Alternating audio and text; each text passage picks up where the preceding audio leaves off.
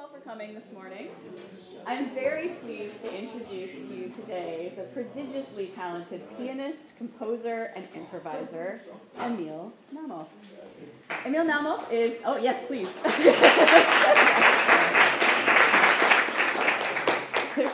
He's professor of piano at the Indiana University Jacobs School of Music, where he's been on faculty since 1998. He revealed himself as a musical prodigy at the age of 5, taking up piano and adding composition to his studies a year later.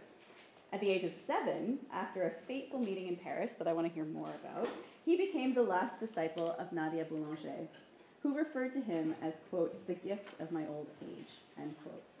Upon the death of Mademoiselle Boulanger, Naoumoff took over her classes at the summer sessions of the Conservatoire d'Art Américain in Fontainebleau.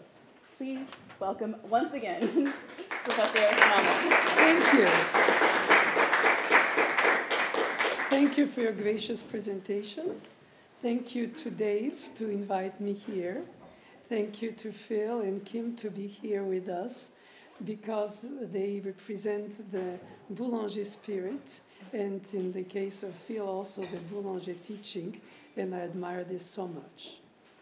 I must say that I come to you here from 1979, so it's a long trip, because in 1925 in Rice, Mademoiselle Boulanger came to talk about modern music in France, a year after her mentor Fauré died in 24, and so I'm very moved to see young Texan students, many decades after she met young Texan students, talking to them about modernity in French music, and she took as an example Stravinsky, Debussy, and Fauré in this case.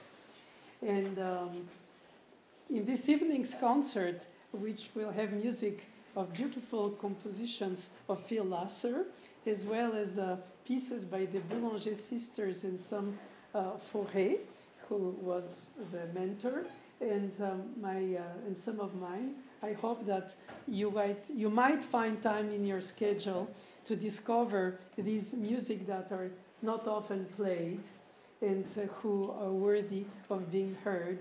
And I'm personally very glad that in your presentation you mentioned that I started teaching at the Fontainebleau American School of Music, where I met an 18-year-old Phil Lasser, the year of my teacher's unfortunate last year of life, 79, the year I come from to you.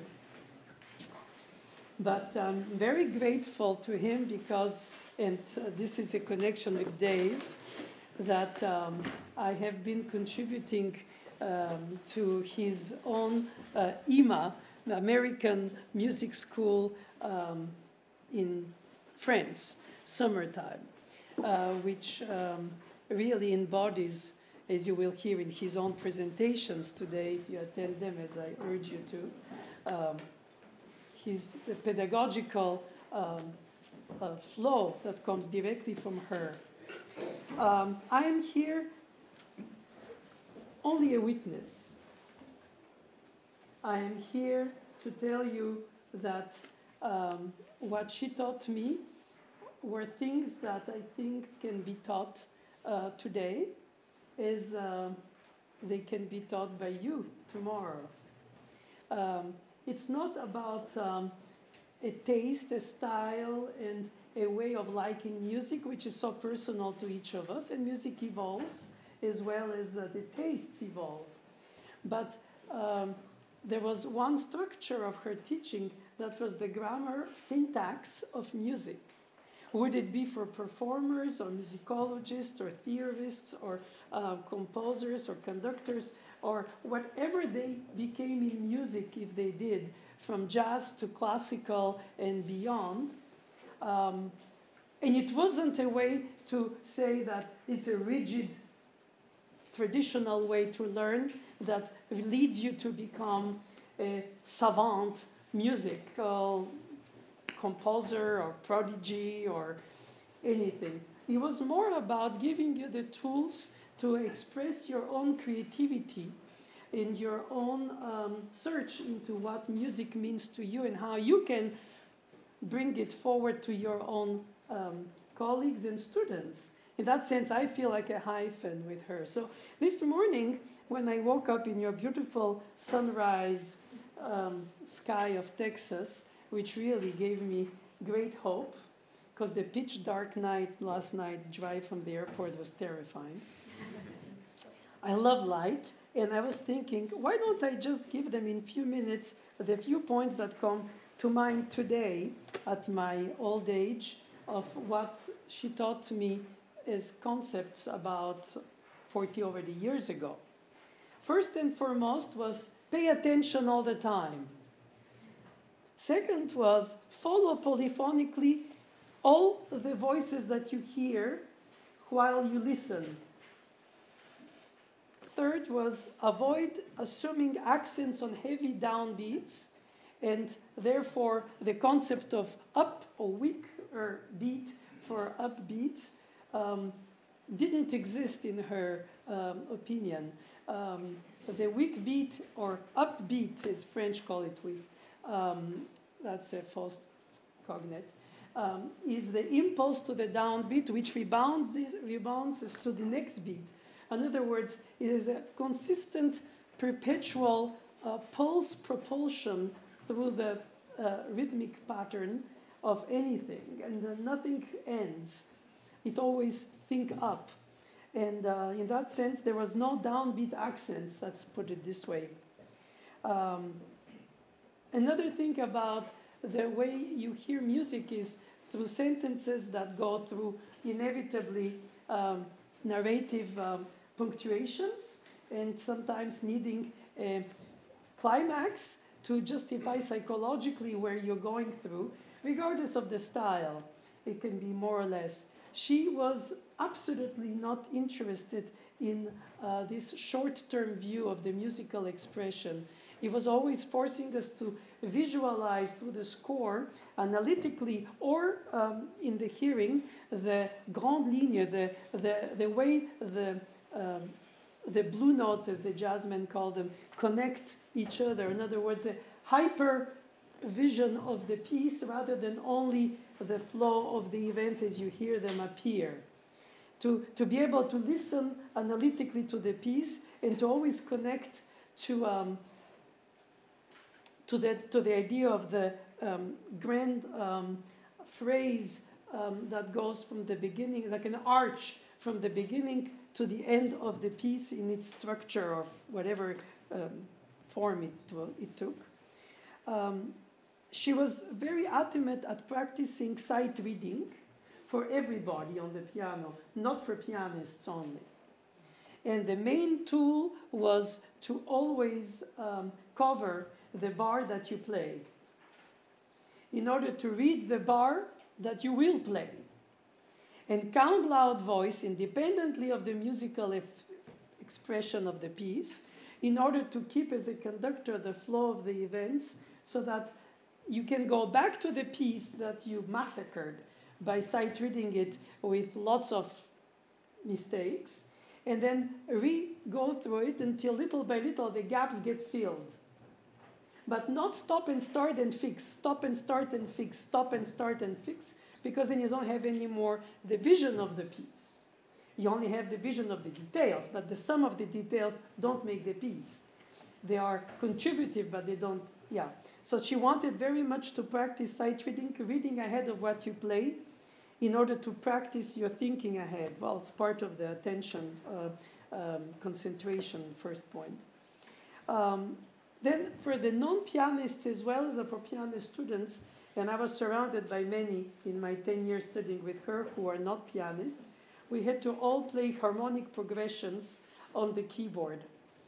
Would it be sequences or any type of harmonic progression, but not plucked chords with a melodic bass line, more or less with Roman numeral degrees awareness, but played pianistically with fingerings and legato and voice following of inner voices by helping yourself singing them.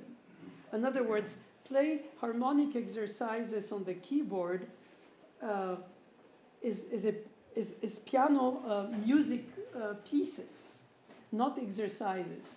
And one of the very obvious examples she had with the technology of the day, not we'll be laughing at the technology of the day, was the audio cassettes, which used to last about 30 minutes aside. And we would have to record a sequence up and down the keyboard through all the tonalities for 30 minutes, naming in which key we go all the time to keep the concentration and attention all the time through the time. And not play by ear or by guessing, but by function of the harmonic progression. In other words, develop an awareness and an attention, especially for those who are not pianists. And believe me, it's not easy. In order to sing the inner voices. Then there is something essential about her way of teaching harmony, which was constantly crystallizing the roots and the causes of the tonal system's way it works. All of you come to tonal music from different points of view, either because you play, either because you sing, either because you play in a piece or in a group. We all have a partial awareness of how the system functions, and we use it with our ear, and a certain awareness of what we are taught in music theory that we more or less captured the details. And these gaps, when you grow up, become like huge gaps. And then we just ignore or want to avoid thinking about how everything comes from the circle of fifths and it leads to complex chords.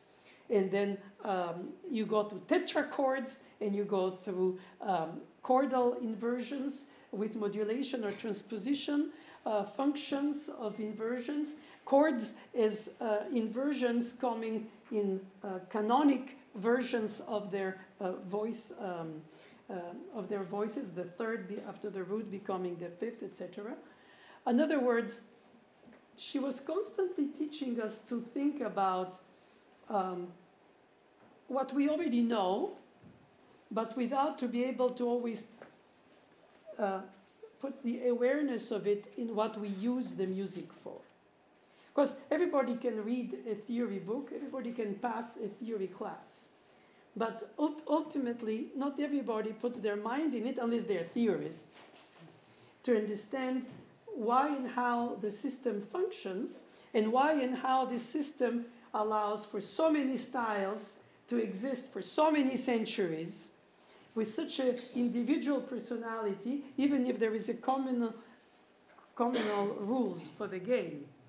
And I found that to be always very striking, because I was there from age 7 to 17 and a half, which is basically a cycle of time where I saw 1 to 2 year long students from America who came to visit her in Paris. She was already an 80 to 90-year-old lady. So it was in her apartment, private studies.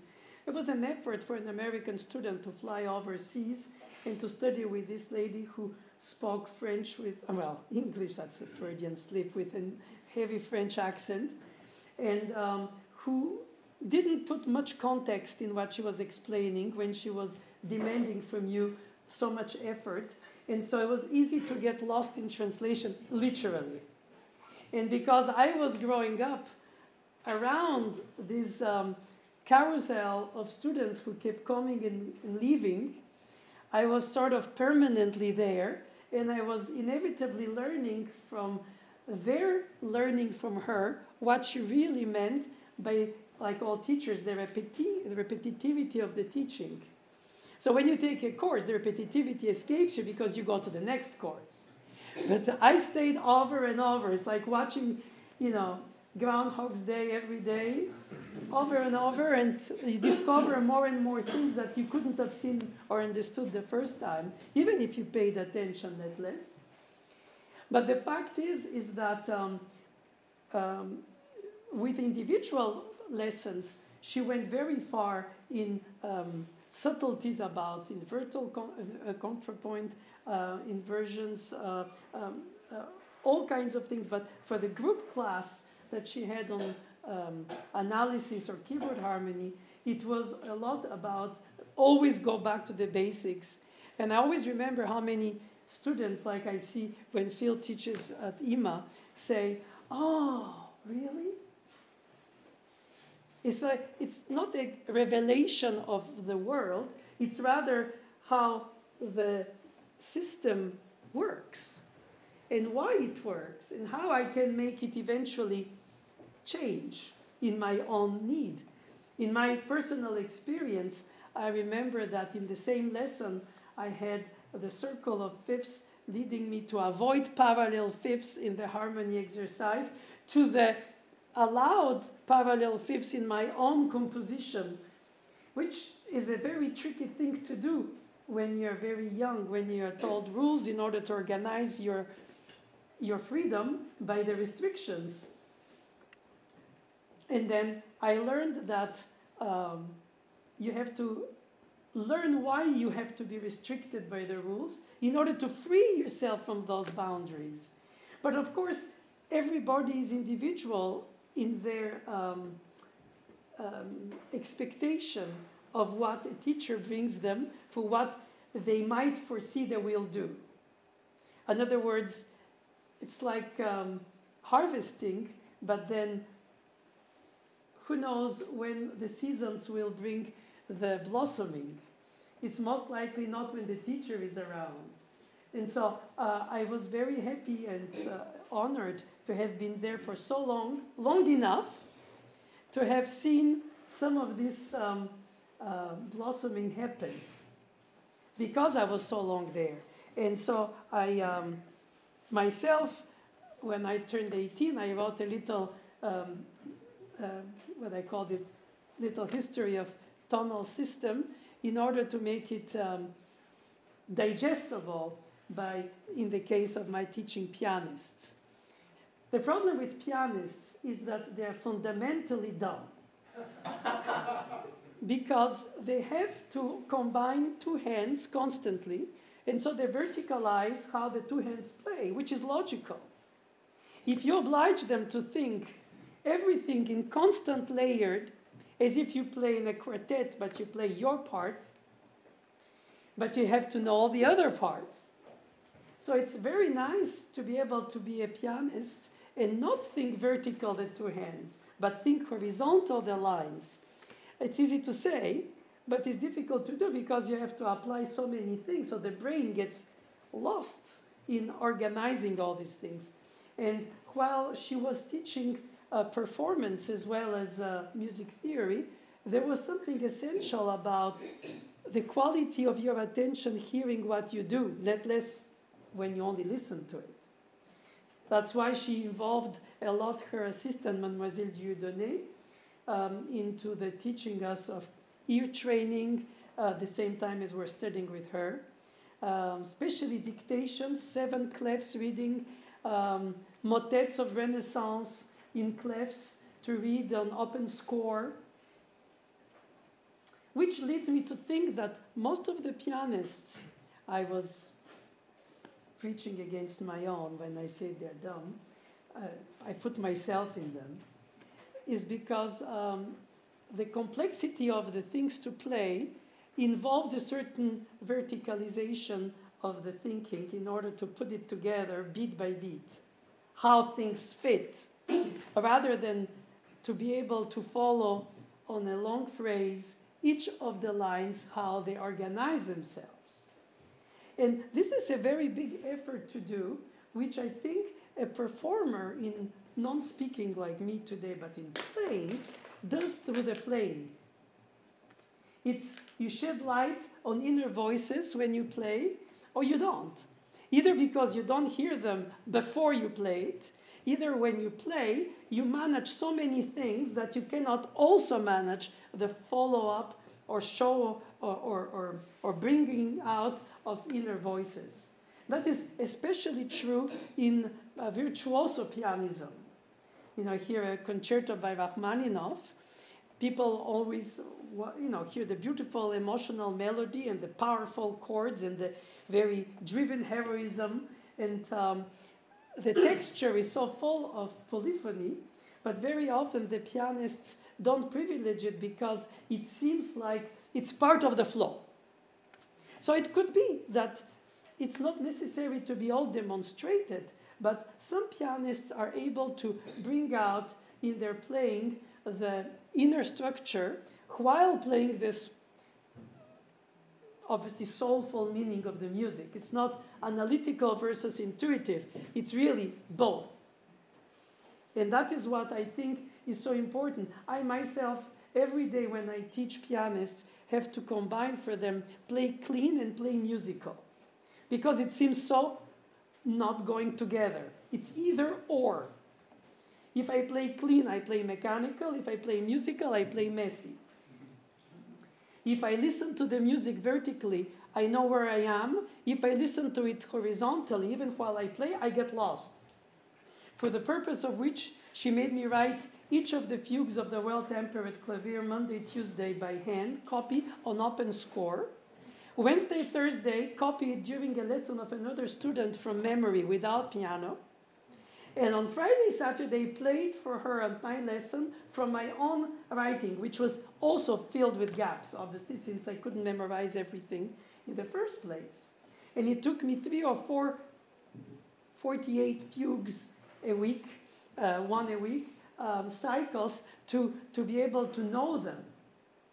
Meaning, not even be able to play them, but be able to hear them as a country you visited and you know the difference of the light in the morning, the season, everything. You enter in the piece as if, not you composed it, but you start thinking of how the follow-up of the melodic line led to this next note. And you know it more from inside out than when you get the score and you start with it right away on the piano and you reduce it to what you can organize in your brain, verticalizing it. And so playing an open score fugue of Bach that you wrote from memory without having played it, it's obliging you to think polyphonically, but also to realize how little are able to follow of all the complexities that somehow Bach had in a natural flow of polyphony from his brain. So you train it in part, you acquire it in part, and the beauty of it is that when I was studying with her, I was surrounded by students of different ages, none of whom were children at the time, alas, for me, because I was the only one. But she, A, didn't treat me as a child, B, didn't treat the other students as adults. We were all undefined in our age and professional purpose. We were there to analyze a Bach cantata a week, to work on the given Monteverdi piece, or in other words, we were there to be fascinated by the musical thoughts of the composers, as you used to say about Stravinsky, but I guess it was not only him, about him. She used to say he heard things before we heard them, so we could hear them. And that goes for most composers. Unless you only listen to others and then people say, oh, I hear in your music this and that. And that is possible. She was mentioning this about Lili Boulanger, Schubert, and Mozart, saying that for the musical language, they didn't need to rethink the wheel. They just were very satisfied with the musical grammar which they received in their time to express what they had to say musically in their own expression. Though she admired very much composers like Beethoven and Stravinsky and many, not only those, who felt the necessity to rethink the way they organize the musical language in order to express themselves. In other words, not all writers write a new alphabet in order to be read in their own language that is only for them. Some use the universal alphabet that we all can use if we know the language, but still remain extremely personal and meaningful in their expression. So it led from harmony to, therefore, contrapoint, and mainly the importance of the gesture of the intervals. we all take all these things for granted at different levels of our awareness in music, but she was very keen at bringing us to literally, emotionally, and intellectually become aware of the meaningful beauty of a gesture of an interval, as simple as it is. And something which I inherited from her when I teach pianists is that I constantly play for them, what if he had done this? Or what if she had done that? The composer. And I give them not only in words, but in examples. How it could have gone. If the modulation took there, if the form didn't have to go there. In other words, to help them hear how we can think outside of the box in order to serve the piece as it is. Because I remember being extremely full of my childish freedom in front of her, of commenting the pieces I was sight-reading in front of her. That she was there listening to me sight-reading them, and I would say, oh, why didn't Bach do this, or why didn't Chopin do that? And it sounds arrogant outside from the outset to be that, saying that. But what I liked very much in her way to approach this was, on one side she told me, if you play their piece, play it like they meant it. And if you don't like it, write your own. And then she also said, be prepared to love even the music that you don't like. And if you don't give up on continuing to try recurrently to like it again, revisit it. Some pieces reveal themselves later in our life, either our own intellectual or emotional growth. There's something about her lineage. Fauré, in a nutshell, which is terrible to say because it's more complex than to put in a nutshell, Fauré, is a modal semi-chromatic composer in his language. You cannot catch him being tonal, you cannot catch him being modal, you cannot catch him being chromatic. He's elusively all of these in his own mix. Was it an awareness, or was it his own upbringing from the Niedermeyer Music Church School?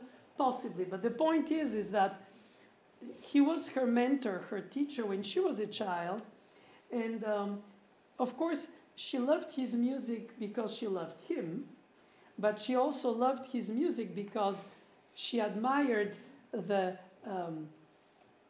freedom of him in the times where he lived to be classical. And that's what she meant, what she said, among other things, to the Rice students in 25, that Stravinsky, revolutionary, Debussy, innovator, Fauré, classical. Classical in the sense that there is no obvious, let's say, shocking way of provoking in his musical language.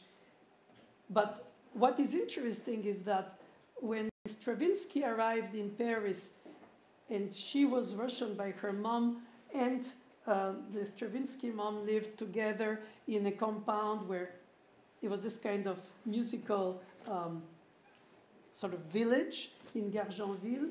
Markevich's mom also was there, and Markevich also, who was her student. And it's commonly known that during the post-Ballet Russe years of Stravinsky, before World War II in America and onwards, he was a neoclassical composer. I'm sure you must have heard that. But she never mentioned that neoclassicism about his music, though she loved these pieces of that period.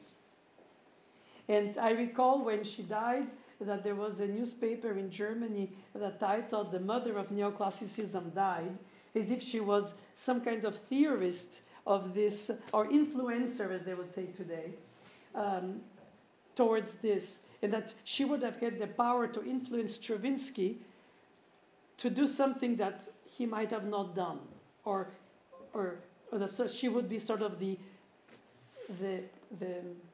Yoda for Igor behind the scenes. though sometimes she spoke also with the words syntactically overlapping. I think it was mostly because, like me, she was doing French cognate mistakes.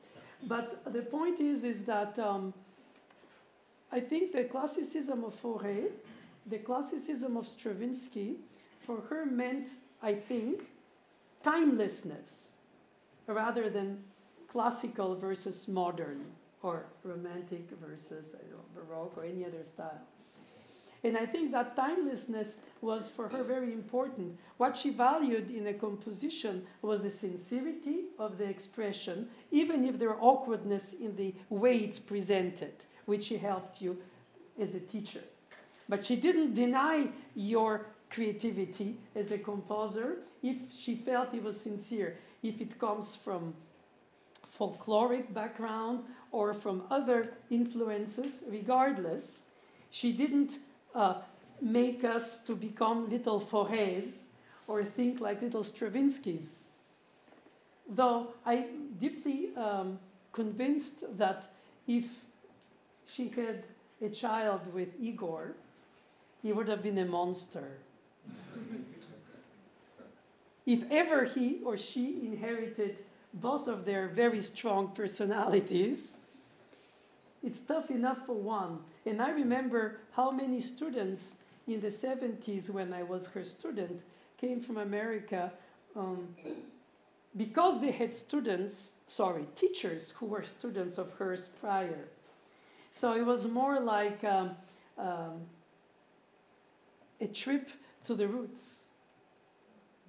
And Bernstein told me that because of Copland, that he went to her. And Copland went to her because he wanted to study with Fauré and Saint-Saëns, and he didn't want to study with a woman. That was his big problem, as he used to always say, because he thought no great composer studied with a woman, and he wanted to be a great composer. And he went in 1921 in Fontainebleau to study, and they assigned him this young lady teacher, who ended up commissioning him an organ symphony and performing it in America herself. She was so much more open-minded in her musical journey than her official upbringing should have. She was open to American music when America's musicians didn't have that, but some distant European roots. She was having... It's okay. It's not enough sun here, right? She had her first love, Raoul Pugnot. Nobody knows who he is today, but nevertheless, the point of the story is that 30 years earlier, he was a communard. And that means he was a revolutionary. That means that all the communards, by the way, were shot in Paris. And he was a survivor of it. And she co-composed with him, traveled with him on tour, and was a young lady who was inevitably needing respectability. And I don't want to allude on historic allegations of how she felt about doing this or not or what. I am here just to say that I always admired her open-mindedness towards students who had different musical, let's say, aesthetics than hers, and who studied with her. And same about the way she was having admirations for people who didn't have her aesthetics. She was able to be admirative of people who didn't correspond to the lineage from which she came, in which she didn't lock us up, as many teachers sometimes do, because it's a closed universe, in a way. And it's fine. It's fine, because it's the case for Messiaen, for Schoenberg, for great minds who develop an incredible way of thinking and teaching music, which is fascinating, and Schenker and many. What was good, or I think special, or probably unique about her is that she was not sectarian about one way or the other. She had opinions, but she didn't impose them in her teaching. Yeah, I'm not trying to portray her for what she wasn't. I rather want to portray her for what she was, in the sense that she was a really engaging musician with young students. Who are you? What would you like to do? And why aren't you doing it? And if you don't get this technique, you won't be able to express it anyway. It wasn't to lock you, it's to unlock you. Your fears or your gaps or your missing pieces of your education.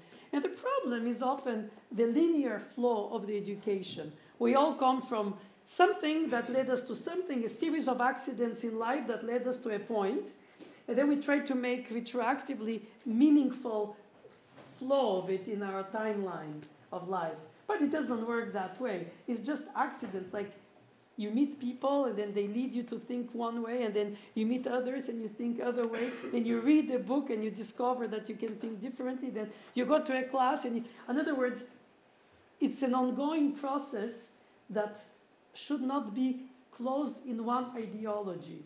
And so for those who have heard that she was against serial music in terms of the theory of the dodecaphonic music, that's not true. Nor that she was only advising students to write neoclassical. In other words, what was so beautiful about her is that she found in the beauties of the pieces we are analyzing the roots for our own music. And I find that to be so incredibly inspirational, because the facts today are more easily reachable than in the past because of multimedia, because of universities, because of schools. We can find information about many things, even the least known. If we want to, we can. It was less easy then, but that's okay. That's just the way we have access to things. And when you think about the musicians of the past, meaning 18th, 17th, or of course 19th or 16th century, their own awareness of their own past was very limited because they had very little time to live, and they all grew up to learn their trade in order to express whatever they had to do through a job or a calling. And of course, their awareness of being a hyphen in a long series of evolution, or at least in a flow of musical thoughts, was something that escaped them a lot. I'm always fascinated by seeing how much of students of mine know more about music and history of music, which is so good, than great composers we play did. So does it make them less interesting because they're less cultivated, at least less taught? I don't know. I think they might have wanted to know more. Perhaps knowing too much is also, to a certain extent, self-censorship. Oh my God, everything was done before me. Monteverde did this, and all these did that, and so what am I doing here? I'm just repeating all of them one way or the other. And that is something that she really helped me a lot with, is that while she was very strict for the rules of the grammar that I was studying with her, she was encouraging a lot my own creativity. He didn't value it, he didn't say it's great music, but she says it's meaningful to pursue.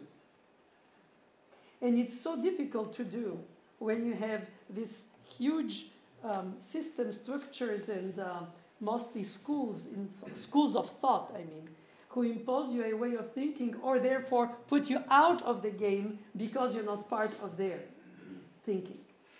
And that's what I thought, because she stopped composing as a young lady for her own choice, which the choices of which are her own. She was not actively composing when she was teaching. And I find that to be an extremely valuable way of thinking openly. It's very difficult for a composer to teach composition when they compose themselves, because they create an inner world in which they believe in. And they believe, therefore, that some are not necessary, the other ways are not good. Just like piano teachers would tell you, it's not supposed to be played like that. Chopin is not like that. The rubato is not like that. The ritenuto is not like that. And you go to another teacher and they say, with the same conviction, the opposite. And so students get lost in this vastitude of people's opinion that are opinionated. And I like very much that she didn't speak about interpretation. She didn't speak about aesthetics of interpretation. She spoke about the pieces. We analyzed the pieces, the structure, the harmonic progression, the voice leading,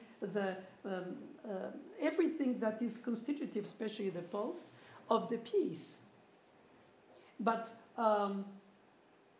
today, she would probably be considered as not an interpretation teacher.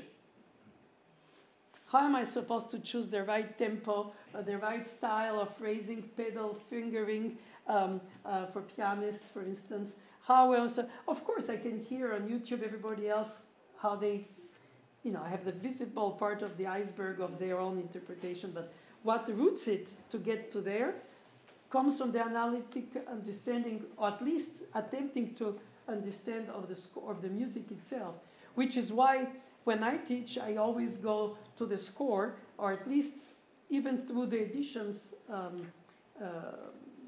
choices, if possible, if not always, to the manuscript for copy, to try to go to the root of the musical thought of the composer. So to this, I would ask you to give me questions. And please don't be shy about asking questions. Upbeat? Yes, downbeat. At the very beginning, when you were giving a bunch of points, one of the points you mentioned was practice sight reading and sight reading ahead. Yeah. And then one of the specific points was saying covering the bar you play. Yeah. Can you just elaborate more on what you meant by Oh, it's very simple. You have a friend who covers the page, the bar that you play in the sight reading by advancing robotically, according to the tempo in which you count. Okay. And if you hesitate, you don't go like, oh, what was it? That's the fix on the spot that she didn't want. She wanted to oblige you to learn how to memorize the bar that you will sight read next. In other words, dissociate the reading from the playing.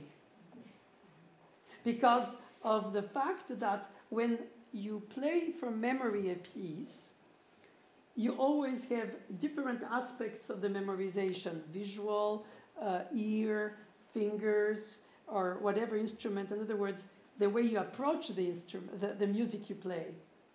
But not the elements of the music themselves, which you can do theoretically on paper or just watching the score.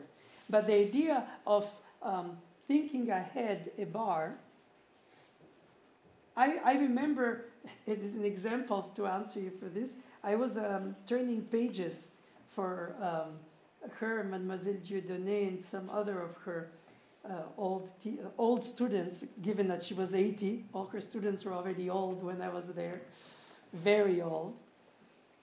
And I was there to turn pages, especially for French art songs accompaniments. And they would be like the beginning of the last line, and I would be told this by the pianist, and I'm still waiting to stand up and do the page turn. Because, maintenant, it means now. And I remember telling her, why do you need a page turner? You know it from memory. And I think that the sight reading was necessarily something important in her time because the way she was taught at the turn of the 20th century in Paris. That was called solfège, which today we think is naming the notes, but it's really music theory with ear training and keyboard harmony sort of all in one. And reading in the clefs a motet of 5 or 6 parts, sight reading it, was part of the same. Not only piano music for pianists. Most of the music we read was Bach cantatas or orchestra scores. So an orchestra score with covering the bar ahead is tricky. But I think that the technique also for transposition was very important for her, because unlike today, the scores for voice accompaniment were not published by voice height. So if, let's say, today you're asked as a pianist to accompany a baritone or a soprano or an alto, you can have the art song published in a different key in which they are comfortable for their voice range. But the ton original, as they used to call it for the French art songs, the original key, was the only that was published back when she was growing up. And so when the singer says, I don't feel very well today, can we sing it in? And all of a sudden you have to play a D-flat major art song by Fauré in C-flat major if it's a tone lower. And that's confusing in terms of reading. And you have to read it in one clef in the one hand and the other clef in the other hand and organize the accidentals according to the rules. In other words, it's a technique to circumvent the fact that there was no addition in every key.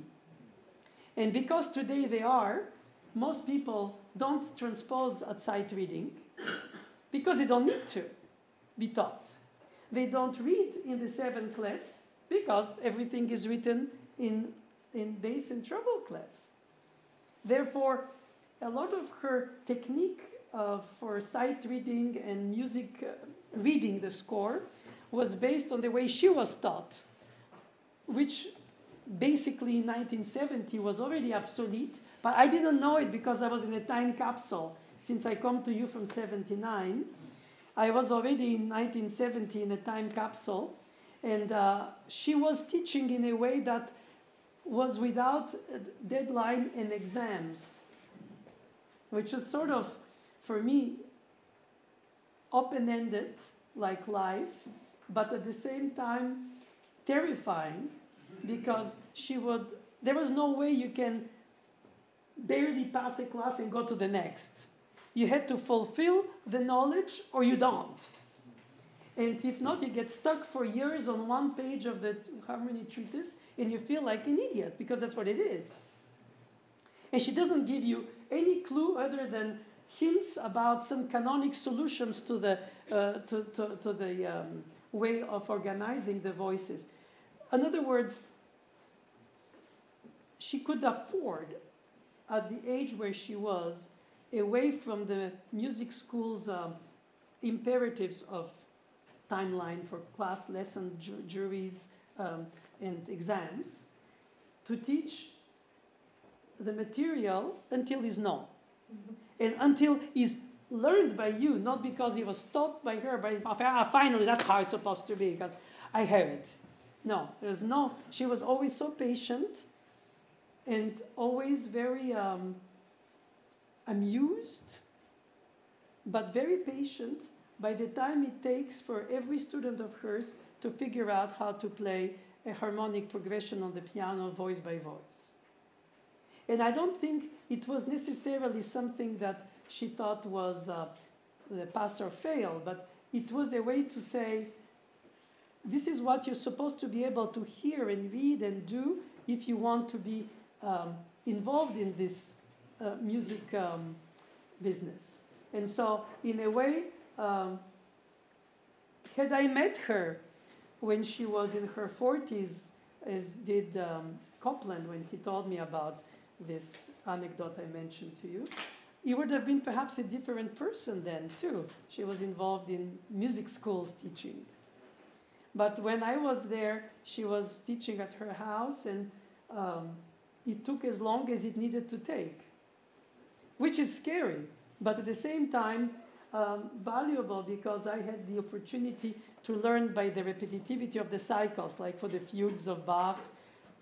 You don't just read one thing, prepare it, play it, and then forget it. And how many students do I have in piano who tell me, I played for my jury a piece, but I don't remember it at all. So because it's easier to learn quickly by ear with fingers and whatever it takes to acquire an awareness of of how you play the piece. But to know the piece that you play, let less how the others play around you, the piece, it's all about this polyphony that you were so much involved in. Anybody else, or are we out of time? We're sadly out of time, and I'm so sorry that we only had 50 minutes, because I feel like we were just getting going. I'm very thankful to each and all of you, and please come to hear Kim and Phil. They are incredible. Thank you very much.